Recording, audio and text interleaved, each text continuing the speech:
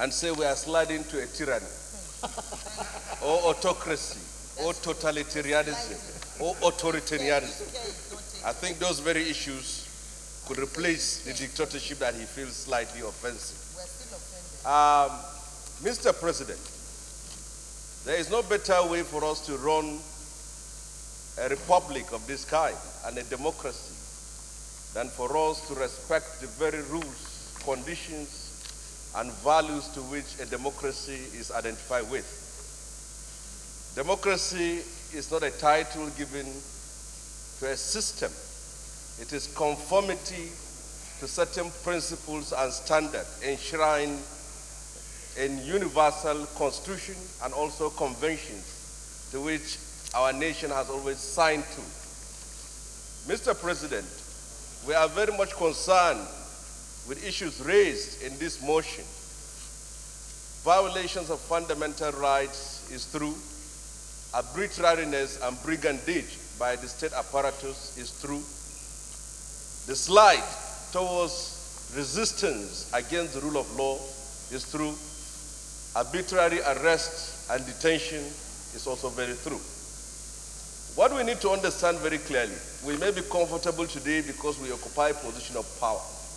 But when we are out of this office, our protection and our shield will be those very fundamental rules to which we subscribe to as a nation, as enshrined in our Constitution. Issues raised in these motions are very clear. Executive order should comply with the law, should concur with the law, and should also conform with the law. Otherwise, it becomes a device for sadism, a device for witch hunt, and a device to which individuals could be pursued and hunted for their views, for their position, or for their partisanship. Mr. President, we have a national consensus that corruption is a scourge, and the need for us to dislodge it from our national life and to restore order, transparency, and probity in the way we run the affairs of the state. But there is no better way for us to fight corruption than to use the instrumentality of the law, to use it to ensure that the innocent are not haunted, the innocent are not jailed, and the innocent are not killed.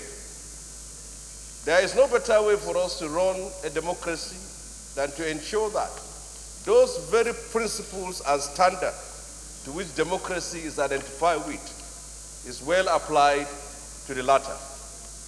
It should be of concern to us now that 19 years since the restoration of democracy, we are still at these basics of trying to implore on people in position of power to respect the law. If we don't do that, then we have a problem.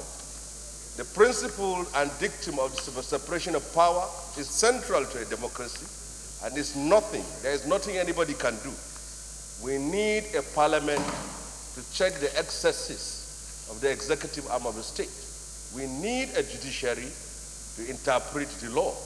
We also need an executive to implement what has been decided by the executive and also legislated by the parliament.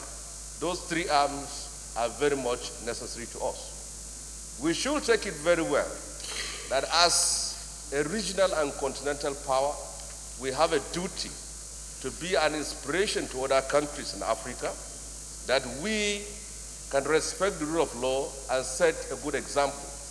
The President of Nigeria, Muhammadu Buhari, is respected globally today as an anti-corruption fighter.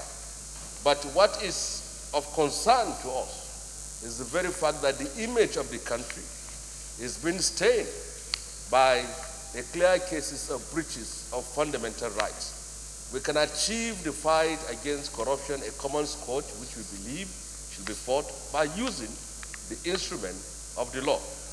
If what brought us here is the Constitution, then it should also guide us. Today, there are many governors, ministers, and senators standing trial. They never knew when they were in a position of power that today they will be in the dock. Likewise, people who are today serving as ministers, as governors, as senators, tomorrow too they can be on trial. It's only a transition of power, as power is ephemeral. It's also a phase in our lives. This motion should appeal to conscience of all Democrats in Nigeria that the government can do better by respecting the rule of law. Sending people to prison or arresting people or intimidating people or harassing people for the very fact that they differ is going to be a problem.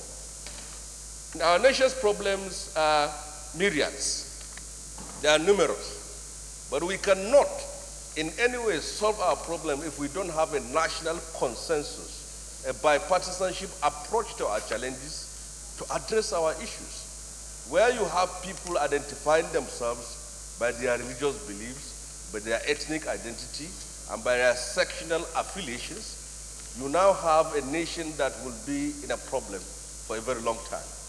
No matter the experience, the wisdom, the commitment, and the determination of the person in the position of power to address this problem, as long as we Nigerians don't come together and see our common challenges as a common problem, then we'll continue to have issues which we will not be able to solve. This motion is a mirror to the reality of the state in Nigeria today. But we are convenient enough sometimes to gloss over the truth, to bury the truth, to ignore the truth, or to maintain a vivid silence over issues that demands our voice. That should be wrong. We should take it very well that our security agencies should be subservient to constituted authorities, and we are here as representative of our people, but the guiding principle that brought us here and that will sustain us here is the law. The law can be used to achieve any policy and any program of a government in power.